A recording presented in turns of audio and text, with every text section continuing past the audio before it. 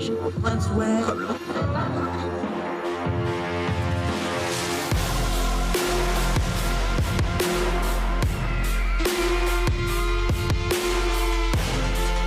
your host, Andrew Donaldson. This is Heard Tell. Heard Tell Show. It's Friday, folks. You made it. Congratulations. A special edition of Heard Tell today. I'm Andrew Donaldson. Thank you for joining us wherever you are across the street or around the world. An election doubleheader. Yeah, we got two guests for the entirety of the program today talking elections. Our friend Joe Syzmanski's back. We're going to cover the primaries from this past week and look ahead to a big ticket primary next week in Georgia and what's coming up in elections here in America. Then we're going to go overseas. Our buddy Bill Bowkett over in the UK. The UK just had their local elections. Big doings, very important for what's going to be coming up there. So we're going to talk elections over yonder and elections here both. A doubleheader of election coverage, two great interviews taking up the entirety of your Friday programming. Don't miss a thing. A little different program. This is what we're going to do. Big old information sandwich involving elections today on Heard Tell, and we're going to jump directly into it with Joe Syzmanski right now. Welcome to Heard Tell. He's back, our buddy Joe Syzmanski. He is from elections-daily.com. He got very little sleep because he is busy up doing things like live feeds and stuff. We had ourselves some primaries on Tuesdays. Let's get right to it, my friend. The one that is still ongoing, Pennsylvania, U.S. Senate, Dr. Oz. Where are we at? What are we looking for? And what's left out there as we sit here and record this on Wednesday afternoon? From what I've heard, it sounds like there's around about 28,000 votes left out there right now. It's mostly absentee ballots, and the problem is a lot of them are out in Allegheny County, where they're not going to be planning on starting to count those things until Friday afternoon, which means we not know about these results until Monday or Tuesday of next week. So that's already immediately going to be a massive potential cause of concern here because it might be a whole week until we hear about what's going on. And because of how tight the margin is right now, it's only about 2,100 votes. And it's going to be really interesting to see right now how much these kind of mail-in and absentee votes that were pushing harder for McCormick, and they looked better for McCormick, see how much they kind of thin down that result. Right now, it looks like we're potentially heading towards recount territory. Multiple people from both who both work for both Oz and McCormick have been contacted to potentially help out with a recount across the state and recanvassing. So we are very much in that territory right now. Let me just tell you, this Senate primary is not done by any means. Yeah, Pennsylvania, we need to note anything less than half a percentage point, automatic recall. So even if people don't call for it, that's baked in the cake. Kind of looks like that's where we're heading either which way. There's going to be a recall of some kind or recount of some kind here. Give me a feel, though, the counties that are out. I know that's a lot of ballots for something that's kind of bouncing around that 2,000 vote margin, give or take, depending on which numbers you want to use. Give me a feel for it. You think it's Oz? You think it's McKinney? What do you think? These ballots probably slightly favor Dave McCormick a little bit more. The question is whether or not it's enough to get him to close and then close down the margin to Dr. Oz and then overtake Oz in the race right now. That's really the question. We expect, just from the patterns that we've seen across the state, we expect these ballots to favor McCormick, but it's something that could go either way. Again, it's just a race between them right now. Kathy Barnett is not a non-factor right now. She's about 7 points behind both of the other candidates in the top right now, and Oz and McCormick. So it's really just going to come down between what do those ballots show up like for Oz and McCormick. What are they from? Are they election day votes? Are they absentee votes? And who are they pushing towards to get towards that victory? The other thing in Pennsylvania on the Republican side, of course, Doug Mastriano easily cruised to the governor nomination. I wish I had some gifs of your reaction on the live feed when this came through. Talk about it. You guys at Elections Daily said this automatically makes the governorship a lean Democratic. Just give me your feel on it, because he won very easily. He lapped the field. He got up into the 40s in a multiple person field.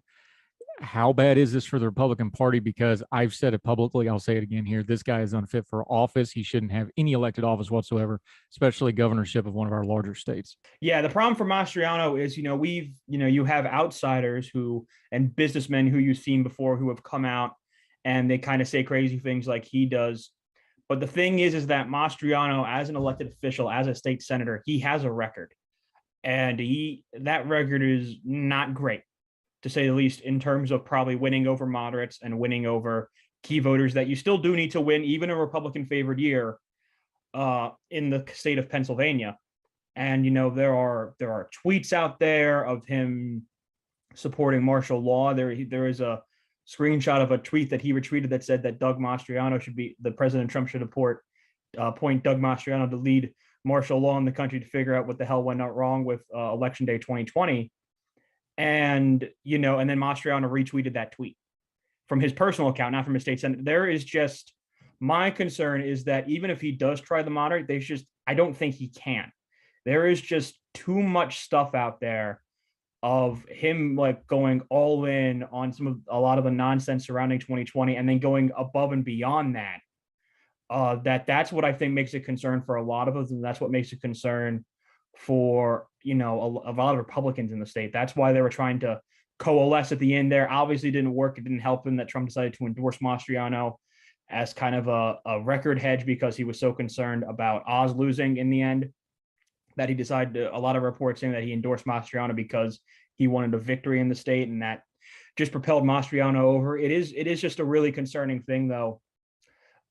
In terms of winning back the governor's race for Republicans, there's a lot of people there who are really concerned about him being able to get over the hump. And Pennsylvania has done this before where it has elected Republican congressman, it has elected Republican senator, it has elected Republican state house and state senate, but then it elects Democratic governor because either a Republican governor candidate was too crazy or was too unliked to get past a relatively likable Democratic candidate.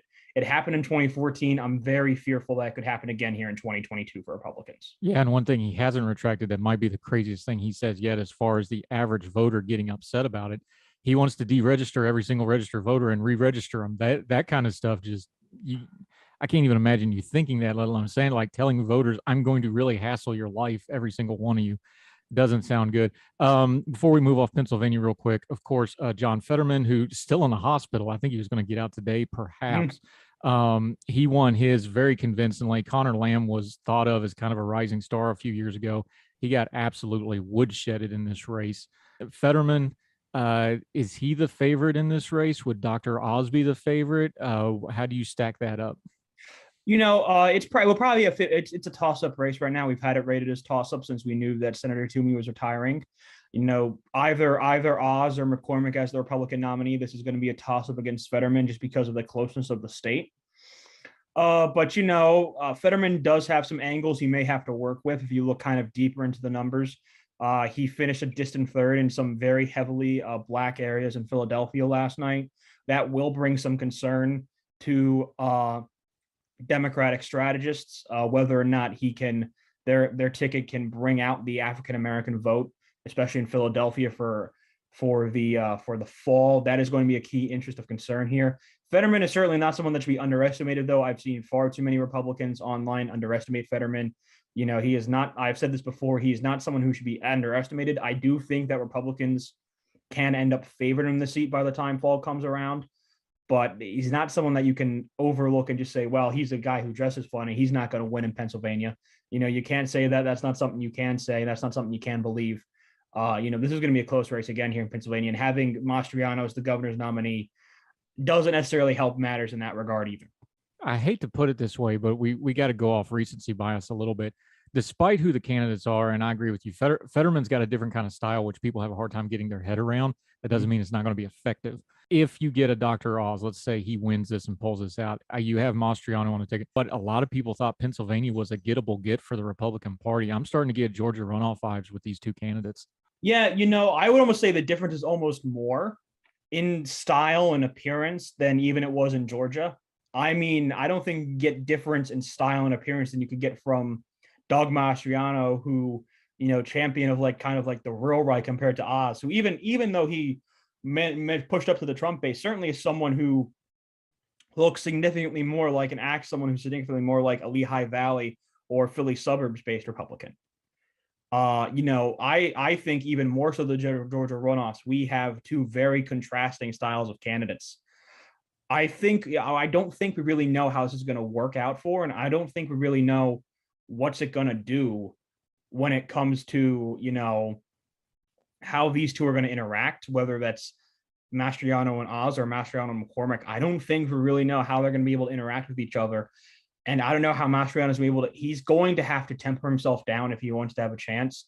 And if he wants to work with these Senate candidates, he's going to have to temper himself down from his acts in the primary. I don't know how he's going to do that, but we're going to see, and we're going to have to find out. Yeah, that victory speech last night did not indicate he was in the mode to do that. We will see what happens when the money people and the powers that be sit him down and talk to him, which I'm sure is going to happen next few days. Okay, the other premier race turned out to be a dud, North Carolina's Senate race.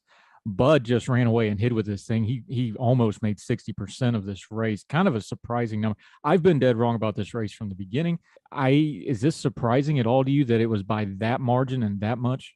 No, I think the issue is that I think especially Pat McCrory, who was basically Bud's main competitor, I think he very much just ended up being a very flawed candidate. Even someone who probably ideologically aligns a bit more towards McCrory than Bud, I was thinking, I would support Bud because McCrory already lost a winnable race in North Carolina in 2016 when he ran for re-election as governor. He already lost that race. He's a guy who's lost statewide before. In a red wave year, by the way. He was the only state holder in the state, the legislature, the Supreme, like everything went Republican except him that year. It needs to be noted. Yeah. So I think I don't think voters forget that. That's for sure. And Bud, I think once he started campaigning, Bud really capitalized on that. You could really see the shift in the polling numbers where it looked a lot tighter when Bud wasn't really campaigning as much to when he really started to get out there and go campaign. You could see the difference in the poll numbers. And I think Bud just really kind of dominated that in the end. And I think it's a well-deserved victory in the end for Bud that after he started to go out there and campaign for himself and make his case known to the voters. Yeah, I actually interviewed him a couple of weeks ago for our radio partner, Big Talker. And I asked him directly because I was one of those criticisms. So, I owned it. I put the hat on. I was like, look, this is what I said. What do you think? And he said, we were confident in the endorsement. We know the numbers we saw off the endorsement. We were going to go to all the counties, do our ground game, and then do TV at the end. And that really worked for him. So all credit to him. He was right. I was wrong. And now he goes on to face Sherry Beasley. He's probably the favorite in that race, I would assume, by 5 to 10 points, something like that. That would be correct. We have that rated as likely Republican right now at Elections Daily. Yeah, and he is a Trumpist through and through, but he is a very disciplined one. He's not going to do a Mastriano type thing. I think he's going to be tough to beat. Cawthorn, we've already talked about before. He got code-redded by the establishment. Morning, Senator Tillis. How are you in your office? Well done, sir. For those of you that know how those sorts of things work. Quick break. We'll come back with Joe Syzmanski in just a minute. That was this week. We're going to look ahead to next week. Georgia on everybody's mind. Talk about it right after this on Heard Tell.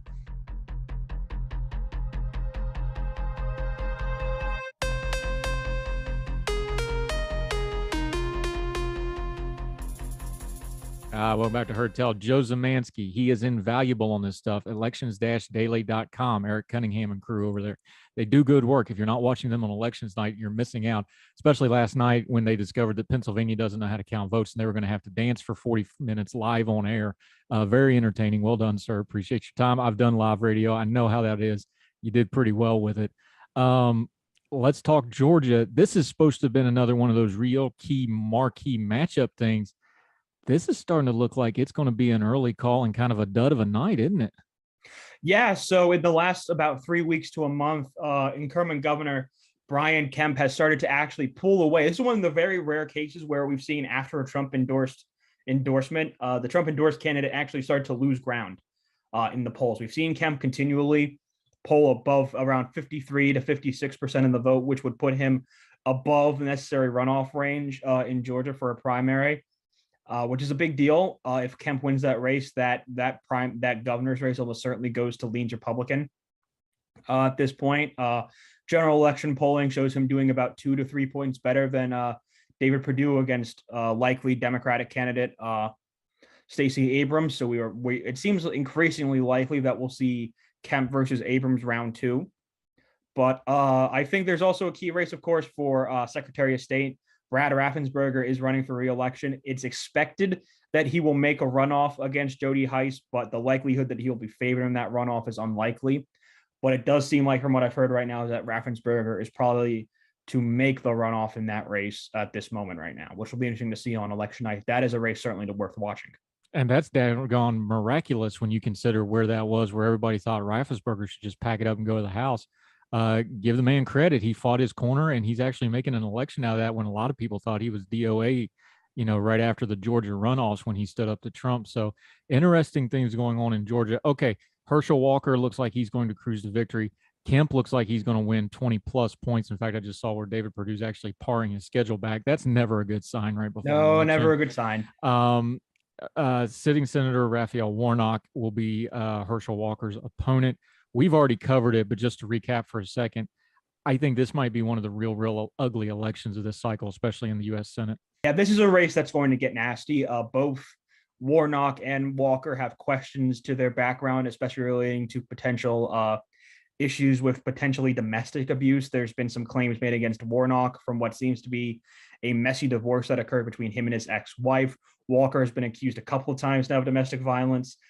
This is a race that is going to get nasty. This is a race that I've heard to expect to get nasty between these two candidates. There's a lot of money behind them as well to spend on advertisements for those two. It is going to be a nasty, nasty race. Georgia voters, I feel bad for you. I'm sure all of you down there are feeling burnt out after the last 2 years, especially because of the runoffs that took you another 3 months to get through back in late 2020, early 2021. This is going to be another messy, dirty, expensive race in Georgia. One that's certainly going to be very interesting to watch, but it is going to be messy. Like you said, it's probably going to be very dirty, and it might be hard to watch it sometimes just because of how it's going to be partaken of by those two candidates. So Georgia's up next. We're kind of getting through the meat of the primary season here. A lot of interesting elections yet to go, my friend. Joe Syzmanski, let folks know where they can follow you. Your election night coverage just gets better and better every time you guys do it.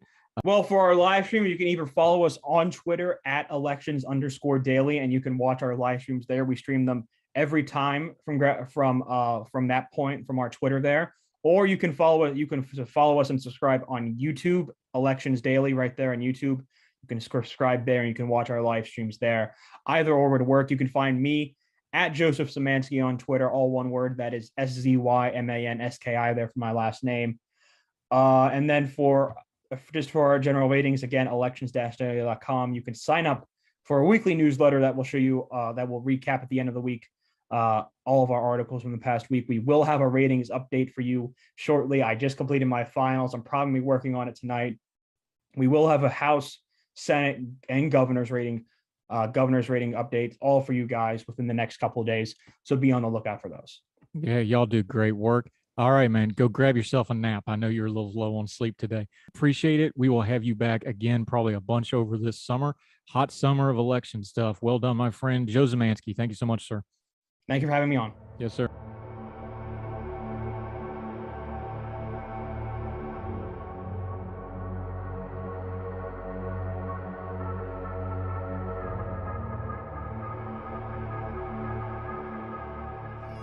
Heard Tell show guerrilla style because I'm at an appointment, but I really wanted to talk to our friend over in the UK, and because of the time difference, this is how it works out. We roll with it. We adapt and overcome. Another one of our great Young Voices contributors, Bill Bowkett, from over in the UK. He's got a long list of publishing credits. He's also a media commentator over yonder. Bill, thank you so much for the time today, my friend. Appreciate it. No, thanks for having me. Okay, so we've been doing some voting over here. About a week ago, we covered the Irish elections up north, y'all. You had some local elections over there, and although these aren't covered the way like a prime minister election would or something like this, this is a really big deal, and it is a precursor for some of the stuff that's been going on over in the UK lately, isn't it? Yeah, it was a big test for both political parties, actually. It was a test for the Conservative Party to see what effect that Boris Johnson's administration has had on public opinion over the last years since the local elections we had in 2021, which the Conservatives kind of got bounced from because of Keir Starmer's leadership, and actually the positive reception that the majority of the British public felt that the Tories had done during the coronavirus pandemic. But this was very different because at the moment, Britain's embroiled in a cost of living crisis. The Tories have also been involved in numerous scandals. There's the Partygate scandal, having illicit parties, during lockdown when they weren't supposed having to. There's sleaze around second jobs. There's also another scandal called Pest Minister, which has been coming back from the ashes around bullying and sexual assault.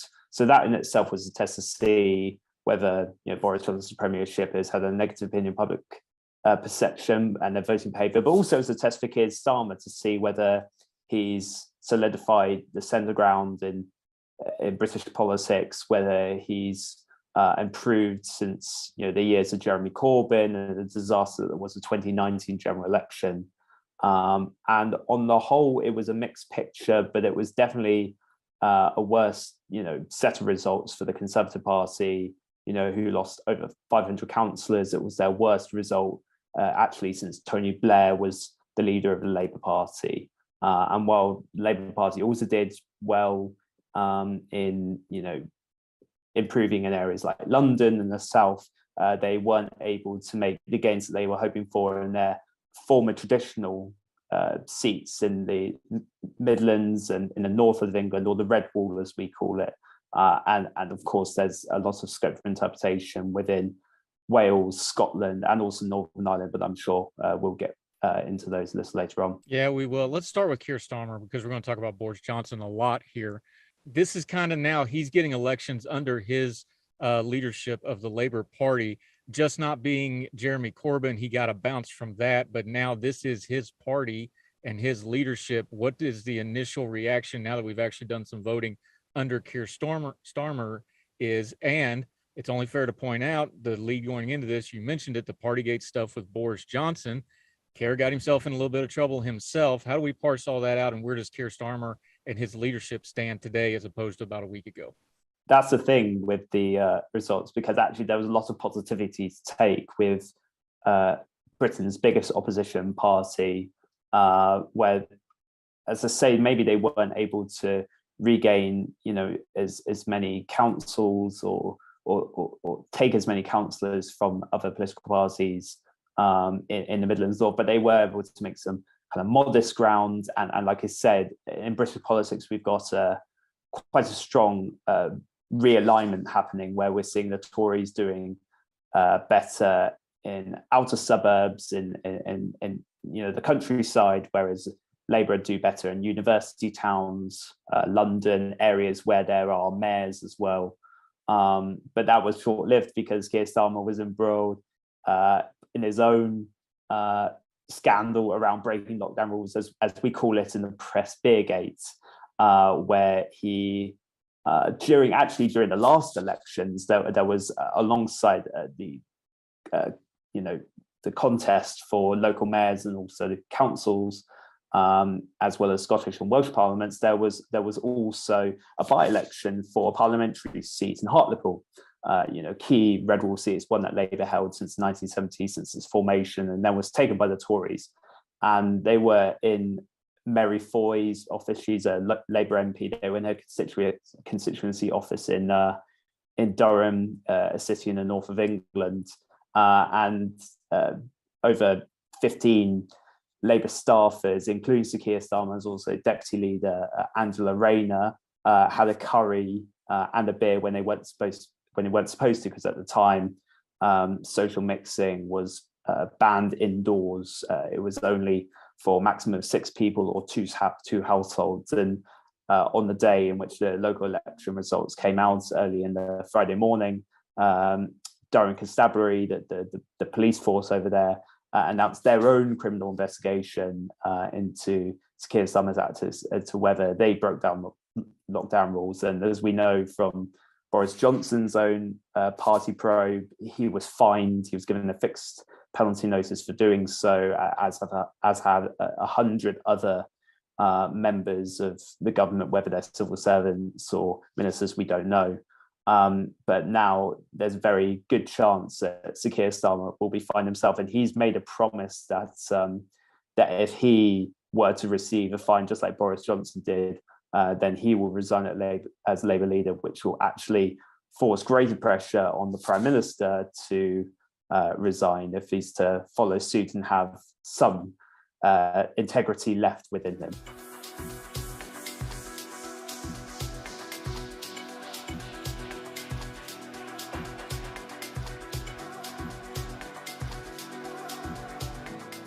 Yeah, Bill Bowkett joining us from the UK, another great Young Voices contributor and a great commentator in his own right over there. Make sure you're following him.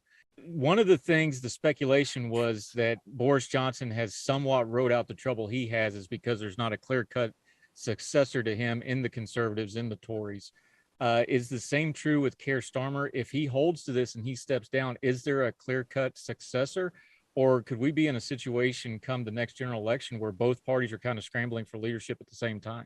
That's certainly the case, I think, at least in the Tory party. There are several possible contenders to step into number 10 Downing Street. You've got the Foreign Secretary, Liz Truss, who's been centre stage in negotiating a way out of the Northern Ireland Protocol. She's also been integral to making all these post-Brexit trade deals with countries like Australia and New Zealand and other countries. Whereas with the Labour Party, there's a bit more open scope for who to take over. I mean, but the problem there is that even with American listeners, it's the same with British listeners or British people. Is that there's not really any standout figures. I actually looked recently in the most recent YouGov polling into the most popular Labour figures. That's not just MPs. It could also be mayors like the Mayor of London, Sadiq Khan, or former prime ministers like Gordon Brown, Tony Blair. And I think it was only Yvette Cooper, who's the shadow Home Secretary, that came out as the highest current sitting member of Labour's front bench, and she was 7th. I mean, on top of my head, there's people like Wes Streeting, the Shadow Health Secretary, who's a very eloquent speaker, very moderate. Lisa Nandy is the Shadow Foreign Secretary, and she's very tough when it comes to the Uyghur Muslims in China, and also criticising the government's levelling up strategy to make Britain more equal, more fairer, more financially prosperous. But the problem there is that ask any normal member of the public, to name, 10 members of the Labour shadow cabinet, you'd really struggle to probably list half, list 4 or 5. So there's definitely people who could take over Starmer, but they would also have, an extremely difficult job in not only, resonating with the British public, but also, creating a vision which they see as moving on from 12 years of Tory rule, especially since the Tory party are now moving further left on economics, since they've introduced all these tax rises around national insurance and VAT. It's kind of got to raise the question as what the Labour Party actually offering nowadays. That would certainly be the question that Sir Keir Starmer, or indeed any future Labour leader, will have to answer. How much of this is because British politics is like anywhere else? Like you've mentioned, the Tories have been in charge for quite a while. There's got to be just a fatigue factor with some of it just because they've been in power for so long. But like you said, you also have this dynamic of the post-Corbyn Labour Party kind of trying to figure out who they are. And then in these results, there's definitely something to be said. There's a bit of a rural and urban divide, as we would call it in the States, with some of these results. How much of this is, there's a fatigue, but the Labour Party is still going to have to come with some kind of a cohesive vision here if they're going to take the leadership?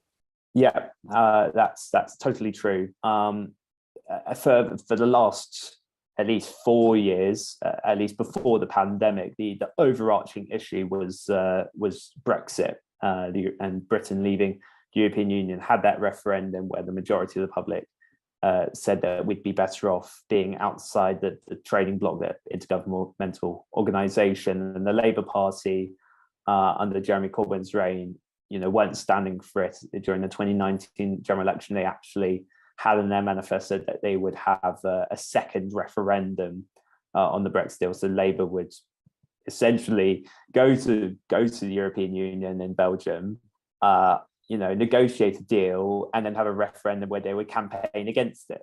And that hurt a lot of voters, especially in the traditional heartlands in the north and in the Midlands, who strongly voted to leave the European Union compared to London and the south of England.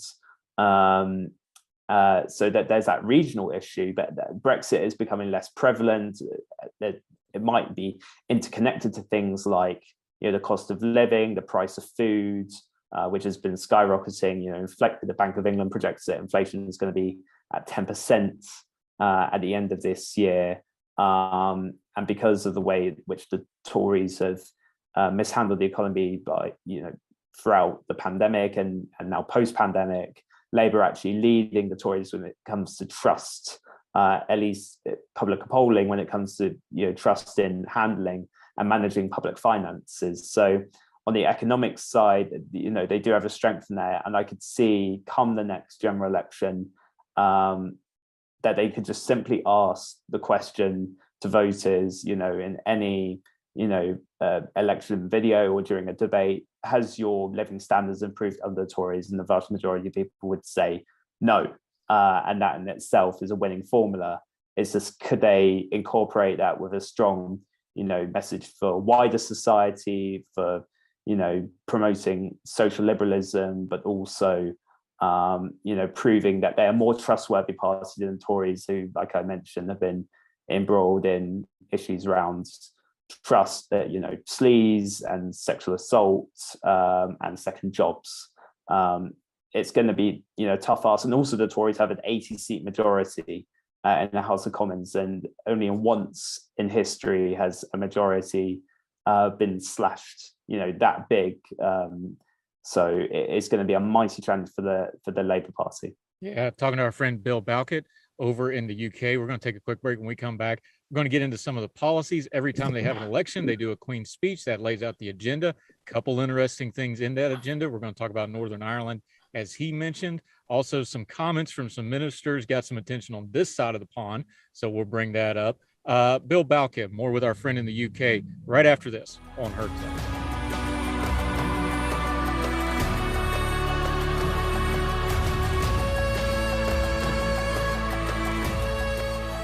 Welcome back to Heard Tell. We're talking to our friend Bill Bowkett over in the UK, talking about their recent local elections and the wider ranging implications there. Let's start where we left off, though. In America, we have the phrase when it comes to the elections, it's the economy stupid. I don't know what the British version of that is, but with the cost of living at the forefront, with inflation as high as it is, now double digits in England, projected to maybe even go a little higher before it tops off. I got to imagine it's the economy stupid is pretty much what's on a lot of people's minds over there right now. Yes? Yes, it is. I think at the moment, as polling shows, I think it's the second biggest issue, at least by public opinion standards. But then, like I say, there's other issues that are kind of tied into the economy. The biggest being the decline in living standards. So in the past, we've had other factors that kind of decide people's voting behavior. During the Brexit referendum, people were more motivated by cultural factors like immigration, like the rule of law, than they were to economic factors around, marginal decline or trading standards if Britain were to leave, and the fact that we might become, a more isolated nation. And the same was with the 2019 election. The 2019 general election was primarily seen by many people as the Brexit election, as to which party do they feel was going to deliver on the will of the British electorate. But now, with debt as high as it is caused by the pandemic, there's also been some issues around Brexit, around trade, and supply issues. And also we can't forget the war in Ukraine, which is having a massive impact on trade and also on the price of fuel, and also the rise of inflation is meaning that the price of goods are going up. So food prices and prices, in supermarkets are hiking up as well. So is that infamous Bill Clinton quote goes, then yes, I think the economy is by far and away the most prevalent issue that is motivating people, at least on the doorstep. Now they're talking about the Tories, Bill Bowkett joining us here on Heard Tell.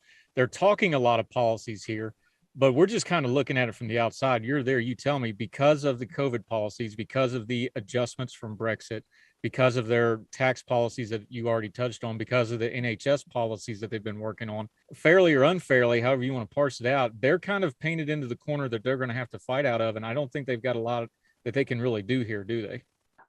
They have some legroom, I feel. At least when it comes to the economy, they can. Boris Johnson, should he be, the Conservative Party leader, come the next election, which is most likely to be either 2023 or even 2024, then they would say, but we didn't have a war and we didn't have a pandemic, in our election manifesto. In that case, and as we saw with the Queen's speech, there's a lot of red meat policies which are, going to be put through the Houses of Parliament over the next parliamentary year. We've got a big bill when it comes to regulating big tech. We have a very big bill, the National Anti Borders Bill, which is supposed to hung on illegal immigration. There's a deal agreed with the Rwandan government to send asylum seekers trying to enter the UK and send them to the Central African country. And many of these red meat policies are being proposed not only because they were in the Conservative 2019 manifesto and they have to deliver on them, otherwise they're going to lose, a couple, many votes.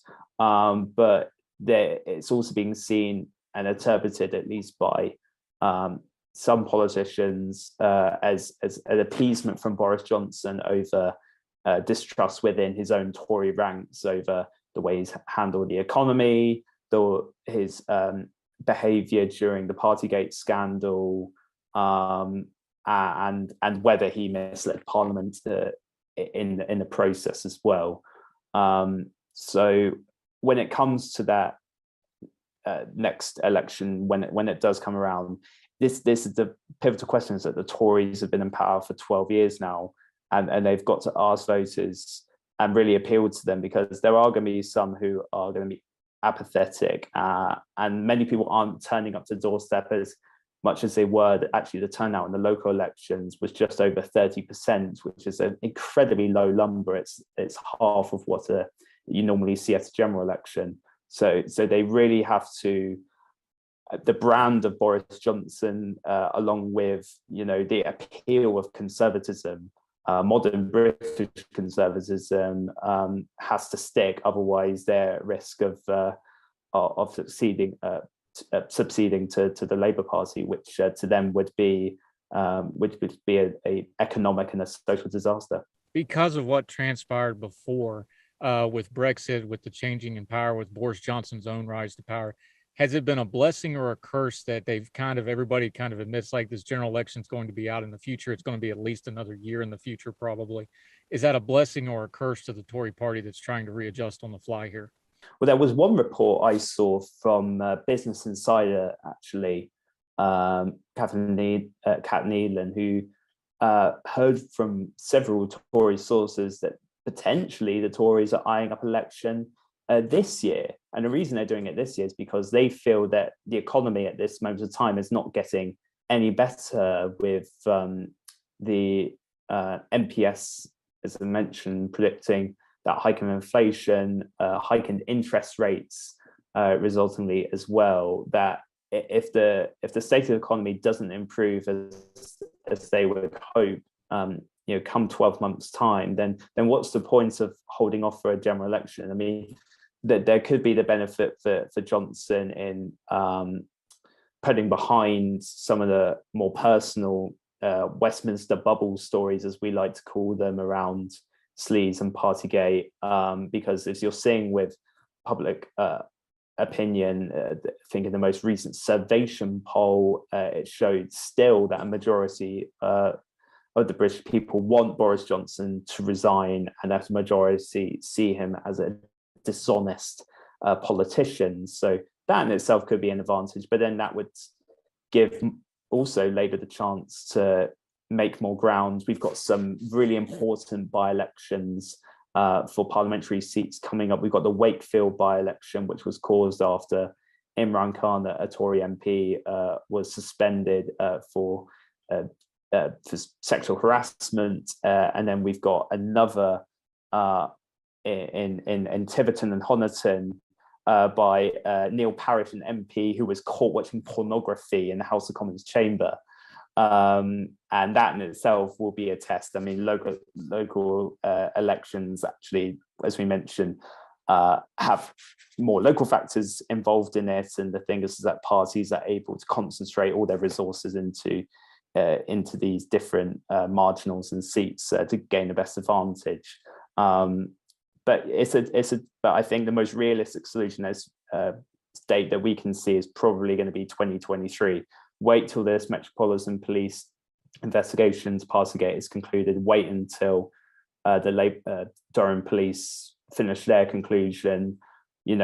Hopefully the situation in Ukraine improves. Wait and see if any of the measures implemented by the Tory, like the energy rebate, actually has any impact on people's livelihoods, and see where to go from there. Yeah, it makes that Keir Starmer promise even more interesting if that should go down.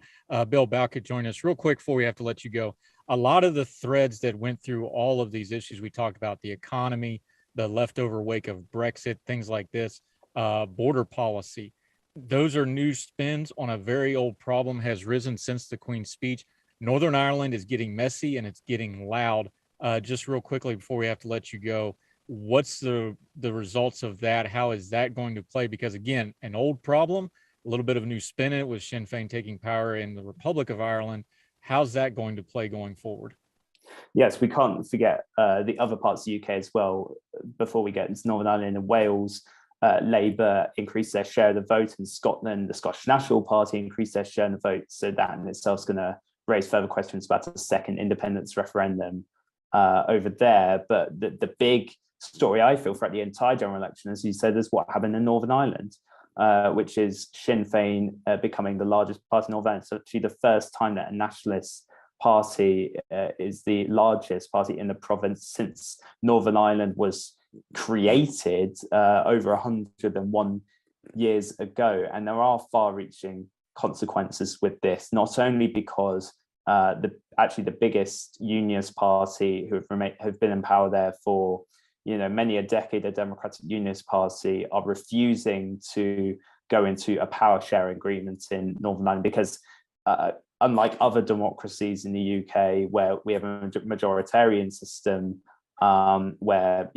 parties with the most votes would then be able to rule, or if they lack a majority, they would have to be in coalition. In Northern Ireland, the different factions, the Unionists and the Nationalist parties, actually have to work together, and they have to reach consensus. But the Democratic Unionist Party don't want to do it because they see Sinn Féin as historically, the political wing of the IRA. They see that they're going to break up the union. You hear Mary Lou McDonald, the president of Sinn Féin, wanting a border poll within the next 5 years. And then we've got this issue around the protocol, which ultimately the Sinn Féin support, but the DUP don't, because it's causing trade barriers between the UK, the Great Britain, as we know, or mainland Britain, and Northern Ireland. And we heard today that Liz Truss wants to scrap elements of the protocol in order to reduce bureaucracy, but also in turn respect the Good Friday Agreement, which is what has preserved peace in Northern Ireland over the last 3 decades. It's going to just because they won the majority doesn't come. Actually, if you combine the different votes from the other parties, then unionism is still the largest bloc, at least among voters. But it's certainly going to put pressure on Boris Johnson. It's going to put pressure on the wider union, and it's going to raise further question as to Northern Ireland would be better off as part of the United Kingdom, or whether it would want to unite Ireland for the first time, in over a century. Yeah, very interesting times. We're definitely going to have you back again to continue to cover this, because it's not going to get less interesting in UK politics. Our friend Bill Bowkett over in the UK, my friend, until we get you back on Heard Tell again, let folks know where they can follow you. You have a lot of writing credits. You have a couple things that you have going, also your social media. Let folks know where they can follow you until we see you again, my friend. Sure. So if you want to read any of the content that I and the team at Reaction do, a commentary news website based in the UK, then please do subscribe. It's www.reaction.life. And if you want to follow me on social media, then it's at Bill_Bowkett. And if you're an avid television or radio listener in UK, then you'll probably see me on either GB News or Talk TV. So I'll be around, but if you're interested in British politics, then it's definitely worth paying £80 British for a Reaction subscription. Yep. I watched some of your clips. You do good work, my friend, and hope to have you back soon to talk a little more UK politics. Appreciate your time today, Bill Bowkett. Thank you so much, sir. Thank you so much. Appreciate it.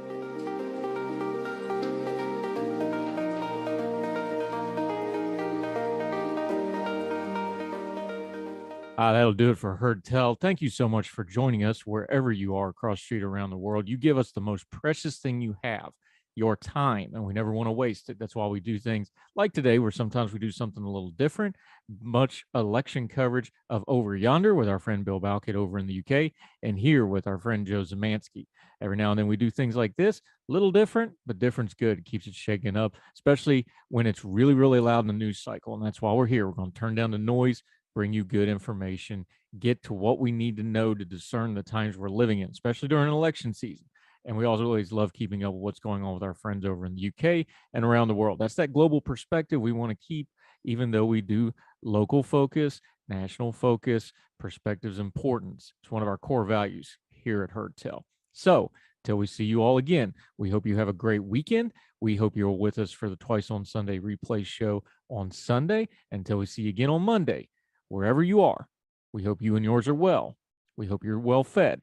And we'll see you again right back here from our Heard Tell. Take care. All the music on Heard Tell is provided under a Creative Content license from monstercat.com.